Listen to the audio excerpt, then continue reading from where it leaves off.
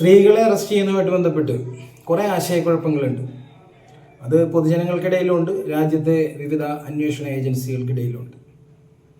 Section 43 BNSSലാണ് എങ്ങനെയാണ് ഒരു arrest ചെയ്യേണ്ടത് എന്ന് പറയുന്നത്.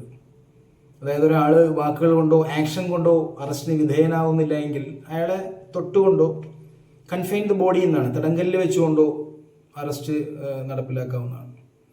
പക്ഷെ അത്തരം സാഹചര്യം ഒരു സ്ത്രീക്കെതിരെയാണെന്നുണ്ടെങ്കിൽ, ഒരു വനിതാ പോലീസ് ഉദ്യോഗസ്ഥ അല്ലാത്ത പക്ഷം ഒരു പുരുഷന് അങ്ങനെ തൊട്ടുകൊണ്ടോ അവരെ തടഞ്ഞു നിർത്തിക്കൊണ്ട് അറസ്റ്റ് ചെയ്യാൻ കഴിയില്ല.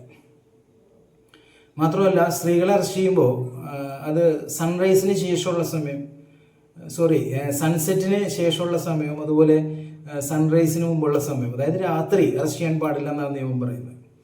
ഒഴിച്ചുകൂടാനാവാത്ത സാഹചര്യങ്ങളിൽ ഒഴികെ. അങ്ങനെ ഒഴിച്ചുകൂടാനാകാത്ത നിർണായക സാഹചര്യങ്ങൾ ഉണ്ടാകുന്ന പക്ഷം സ്ത്രീകളെ അറസ്റ്റ് ചെയ്യാം. അതൊരു വനിതാ പോലീസ് ഉദ്യോഗസ്ഥയായിരിക്കണം. അവരൊരു റിട്ടേൺ റിപ്പോർട്ട് തയ്യാറാക്കി ബന്ധപ്പെട്ട മജിസ്ട്രേറ്റിന് കൊടുത്തിട്ട് ഒരു പ്രയർ സാങ്ഷൻ മേടിക്കണം മജിസ്ട്രേറ്റിൽ നിന്ന്. അത് ഏത് മജിസ്ട്രേറ്റ് ആണെന്ന് ചോദിച്ചാൽ, ഇവരേത് കുറ്റകൃത്യത്തിലാണോ ഉൾപ്പെട്ടിട്ടുള്ളത് ആ കുറ്റകൃത്യത്തിന് വിചാരണാധികാരമുള്ള ജുഡീഷ്യൽ ഫസ്റ്റ് ക്ലാസ് മജിസ്ട്രേറ്റ് ആയിരിക്കണം.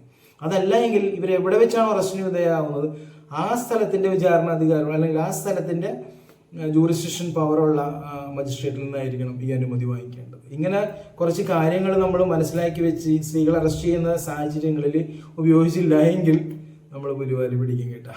ഓക്കെ.